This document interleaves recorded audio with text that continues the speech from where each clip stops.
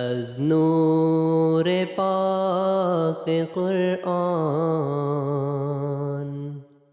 صبح صفا دمیده. Assalamualaikum warahmatullahi wabarakatuh. Waalaikumsalam. Pemirsa MTA dimanapun Anda berada, senang sekali kami dapat kembali menyertai dan mendatangi Anda sekalian di dalam program Lafaz Al-Masih. Sebuah program untuk kita dapat mengingat kembali nasihat, ilmu, dan hikmah hingga fatwa dari Hadrat Masih Maud alaihi salatu wassalam, mujaddid besar yang diutus oleh Allah Subhanahu wa taala di zaman ini. Pada kesempatan ini kami akan mengetengahkan satu tema yang sangat dekat dengan kehidupan kita sehari-hari, yaitu tentang harta dan hati. Sebab melalui harta seseorang dapat menjumpainya sebagai suatu ujian. Apakah dengan harta ia dapat meraih kedekatan dengan Allah Subhanahu wa taala, atau sebaliknya, dengan harta ia akan terjauhkan dari Allah Subhanahu wa taala. Saya Yudi Wahyudin akan menemani pemirsa sekalian di dalam memandu acara ini, dan telah hadir bersama kita seorang narasumber, Maulana Saifullah Ahmad Faruk, yang akan menyampaikan sabda-sabda dari Hadrat Masih Maud alaihi salatu wassalam beserta pendalamannya. Baik, terlebih dahulu kita akan sapa narasumber kita. Assalamualaikum warahmatullahi wabarakatuh, Maulana. Waalaikumsalam warahmatullahi wabarakatuh. Bagaimana kabar hari ini? Alhamdulillah sehat. Alhamdulillah. Baik, seperti apa yang disampaikan tadi, kita akan membahas berkenaan tentang tema yang begitu dekat dengan diri kita dalam peri kehidupan kita dengan segala kepentingannya, yaitu tentang harta dan hati. Bagaimana Hadrat Masih Maud alaihi salatu wassalam mengulas dan menyampaikan berkenaan tentang hal ini? Barangkali Maulana bisa menyampaikan sabda beliau alaihi salatu wassalam. Silakan Maulana. Ya. Baik Pak Yudi. Ya. Assalamualaikum warahmatullahi wabarakatuh. Saya sampaikan sabda beliau ya alaihi salatu wassalam tentang tadi tema harta dan hati. Beliau alaihi salatu wassalam bersabda, satu kali Nabi Karim Shallallahu Alaihi Wasallam mengemukakan akan perlunya uang. Maka Hadrat Abu Bakar As-Siddiq radhiyallahu ta'ala anhu datang membawa seluruh isi rumahnya. Hadrat Rasulullah Shallallahu Alaihi Wasallam bertanya, apa yang kau tinggalkan di rumah? Beliau menjawab, nama Allah dan Rasul yang akan aku tinggalkan. Hadrat Umar radhiyallahu anhu membawa separuh harta kekayaan beliau. Hadrat Rasulullah Shallallahu Alaihi Wasallam bertanya, wahai Umar, apa yang kau tinggalkan di rumah? Hadrat Umar menjawab, separuh dari hartanya. Kemudian Hadrat Rasulullah bersabda bahwa perbedaan yang tampak pada perbuatan Hadrat Abu Bakar dan Umar itulah perbedaan derajat mereka. Di dunia manusia sangat banyak mencintai harta. Karena itu di dalam ilmu takbir mimpi tertulis, jika seseorang melihat dirinya mengeluarkan hati lalu memberikannya kepada orang lain, maka yang dimaksud di situ adalah harta. Itulah sebabnya untuk memperoleh ketakwaan dan iman yang hakiki difirmankan, lan tanalul birra hatta tunfiqu mimma tuhibbun. Kalian sama sekali tidak akan meraih kebaikan sejati sebelum kalian membelanjakan sesuatu yang paling kalian cintai. Ini dalam surah Al-Imran ayat 93. Sebab solidaritas dan perlakuan terhadap makhluk Allah sebagian besar menuntut perlunya pembelanjaan harta. Nah, jadi ini kutipan dari sabda Hadrat Masih Maud alaihi salatu wassalam. Beliau menceritakan satu riwayat, satu kisah yang sebetulnya sangat populer ya. Ketika turun perintah untuk menginfakkan harta itu, beliau sampaikan kepada para sahabat, dan itu sampailah di Hadrat Abu Bakar ya. Kemudian beliau pulang ke rumah, beliau membawa seluruh hartanya ke hadapan Rasulullah, juga sampai kepada para sahabat yang lain ya informasi ini. Hadrat Umar membawa setengah dari hartanya dan juga sahabat-sahabat yang lain. Nah, ketika ditanya tadi Hadrat Abu Bakar, ditanya, karena engkau membawa semuanya ini terus, engkau kan punya anak, istri, apa yang engkau tinggalkan untuk mereka? Beliau menjawab, ya Allah dan Rasulnya yang akan beliau tinggalkan. Hadrat Umar membawa separuh dan seterusnya seperti itu. Jadi bagaimana tentang pengorbanan harta ini luar biasa dicontohkan oleh para sahabat radhiyallahu taala anhum, dan bagaimana mereka cara mengorbankan dan sebanyak apa mengorbankan harta itu. Hadrat Masih Maud menjelaskan, mengutip sabda Rasulullah, inilah perbedaan derajat di antara para sahabat ini. Ini yang mungkin menjadi catatan bagi kita sekalian, karena pengorbanan harta ini sampai kapanpun di dalam Islam ini menjadi satu bagian yang tidak terpisahkan dari ajaran Islam dan cara kita mendekatkan diri kepada Allah Subhanahu wa taala. Insyaallah. Baik. Dari apa yang disampaikan ya, oleh Hadrat Masih Maud alaihi wassalam, dan kita pun berulang kali juga telah mengetahui fragmen ini, peristiwa ini, sehingga kita bisa mengingat kembali sebenarnya ini adalah beranjak dari perintah Allah Subhanahu wa taala. Tadi Maulana menyinggung hal ini juga, bahwa Allah Subhanahu wa taala telah memerintahkan untuk membersihkan harta, menginfakkan harta, dan seterusnya dan seterusnya. Nah, akan tetapi tentu saja berkenaan tentang hal yang kita patut untuk mengetahuinya lebih dalam, ya, bagaimana kedudukan Hadrat Rasulullah Shallallahu Alaihi Wasallam di pandangan para sahabatnya ketika itu, ketika beliau Shallallahu Alaihi Wasallam mengemukakan adanya keperluan ini. Apakah ada sesuatu hal yang justru jadi ujian juga tuh bagi para sahabatnya? Ini betul atau tidak langkahnya seperti ini, atau hal-hal seperti apa yang menurut Maulana bisa disampaikan berkenaan tentang hal ini? Iya. Jadi ketika Hadrat Rasulullah menyampaikan itu kepada para sahabat radhiyallahu taala anhum bahwa ada perintah Allah taala seperti ini, ya. Kemudian tadi ya, mereka membawa hartanya sesuai dengan tadi derajat, kata Rasulullah, yang membedakan derajatnya. Kemudian di lain kesempatan juga Rasulullah tadi sebagaimana dalam episode yang lalu kita sudah bahas, ana basyarum mislukum. Jadi kebutuhan jasmani beliau, kebutuhan itu ya sama dengan manusia yang lain. Nah, ketika beliau tidak ada uang, tentu beliau juga mengemukakan kebutuhan itu. Nah, bagaimana para sahabat? Apa betul beliau yang dekat dengan Allah Subhanahu wa taala, tapi kok masih membutuhkan dunia, masih butuh uang dan sebagainya? Nah, justru ketika para sahabat diminta oleh Rasulullah Shallallahu Alaihi Wasallam, dan Rasulullah SAW itu sebagai kekasih, ya, sebagai orang yang sangat mereka cintai, sebagai orang yang sangat mereka kasihi, dan mereka siap mengorbankan bukan harta, bahkan nyawa pun mereka siap korbankan, ya, di hadapan Rasulullah Shallallahu Alaihi Wasallam. Ini terbukti, ya, Huzur juga membahas di dalam khutbah-khutbah beliau lah, bagaimana para sahabat ini luar biasa jiwa pengorbanannya.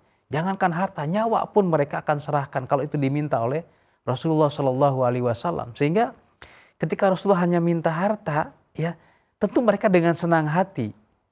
Dan disitulah kemudian terjadi fastabiqul khairatnya. Mereka berlomba-lomba untuk mempersembahkan yang terbaik kepada Hadrat Rasulullah Shallallahu Alaihi Wasallam. Karena itu menjadi kebanggaan bagi mereka ketika orang yang mereka cintai, orang yang mereka kasihi, ya, orang yang untuknya mereka siap berkorban, membutuhkan sesuatu dan mereka bisa memenuhinya, maka itu menjadi kebanggaan, menjadi kesenangan, yang menjadi satu menjadi satu karunia bagi mereka yang luar biasa. Ya. Pembuka jalan. Betul. Untuk, ya. Karena mereka anggap ini karunia terbesar, ini bisa memenuhi atau menyempurnakan keinginan Hadrat Rasulullah Shallallahu Alaihi Wasallam. Seperti itu. Ya, baik. Menarik sekali bagaimana satu hubungan yang manusiawi, kondisi yang alami sekali ditunjukkan oleh baginda Rasulullah Shallallahu Alaihi Wasallam dengan komunikasi yang baik, komunikasi yang dituntun oleh Allah Subhanahu wa taala melalui petunjuknya dan demikian.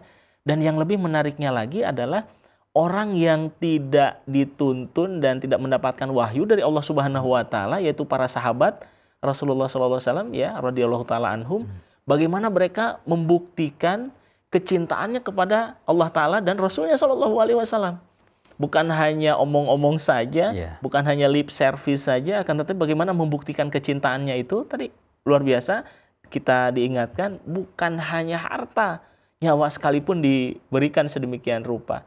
Tentunya ini merupakan satu hal yang memerlukan pembuktian keseimbangan, Maulana.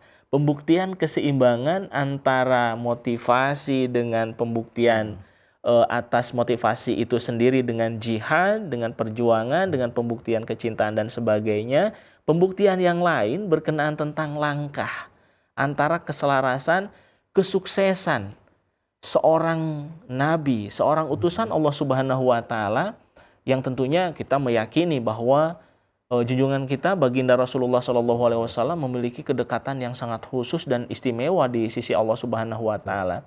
Bagaimana Maulana bisa melihat dan memberikan pandangannya kepada kita semua? Di situ kita melihat kedudukan yang begitu tinggi dari sisi kerohanian.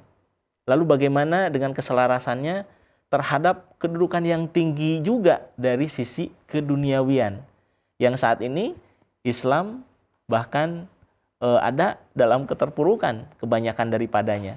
Ya, bagaimana Maulana bisa melihat hal demikian? Iya.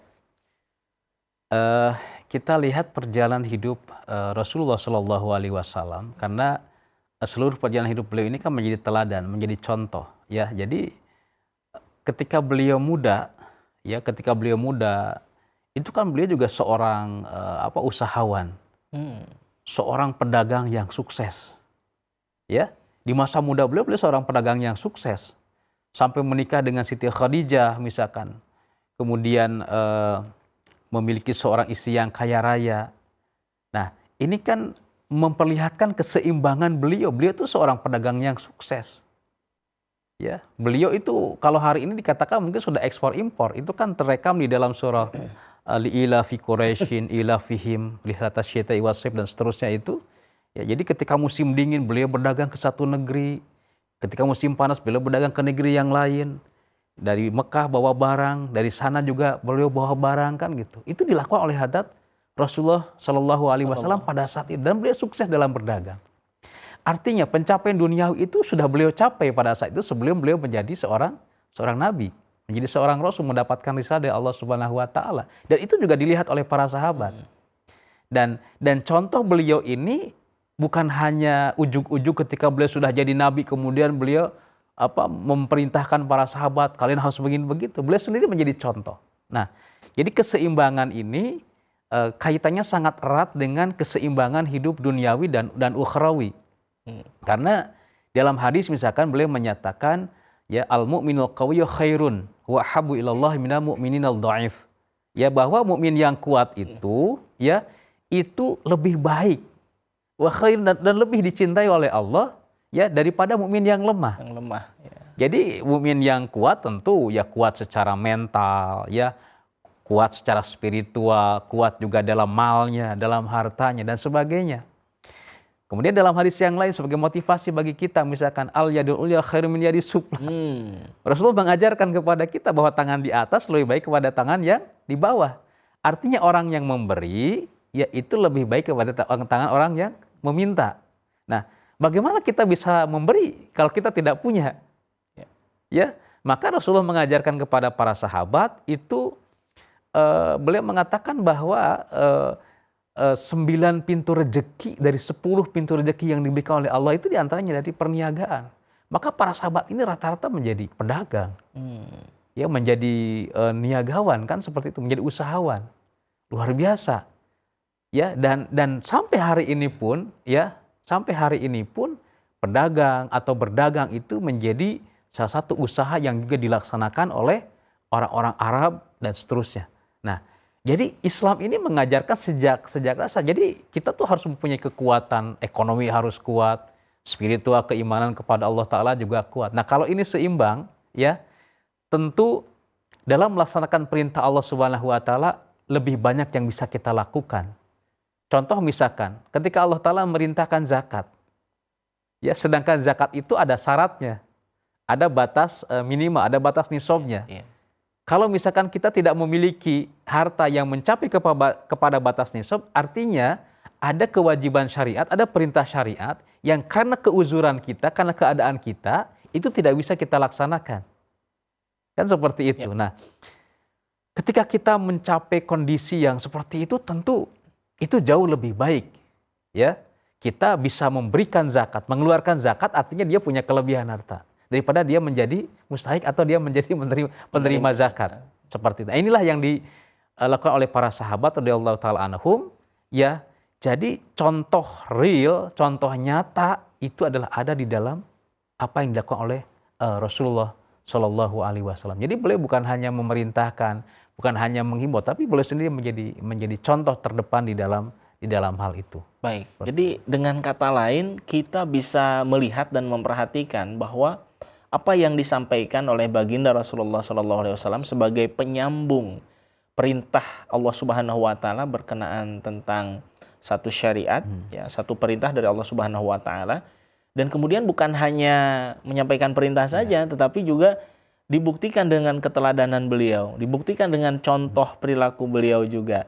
Nah, seiring dan selaras dengan pendakwaan beliau, Maulana, pendakwaan beliau sebagai seorang Rasul, sebagai seorang yang datang dari Allah Subhanahu Wa Taala, dan juga kita bisa melihat dan memperhatikan tentu saja, ya, di luar daripada pendakwaan baginda Rasulullah SAW, tentu saja banyak juga manusia-manusia yang ingin meraih keuntungan dengan mendapatkan dukungan banyak orang, ya, mendakwakan diri juga dan seterusnya. Nah, berkenaan tentang hal ini, apakah juga, ya, kita bisa menilai, ya, dan membedakan seperti apa orang-orang yang memang benar ia datang dari Allah Subhanahu Wa Taala sebagai utusan Allah Subhanahu Wa Taala, ataukah ia hanya pendusta? Iya. Jadi segala sesuatu itu, ya, kalau seseorang itu berdusta, tidak selamanya dia akan bisa mempertahankan kedustaannya.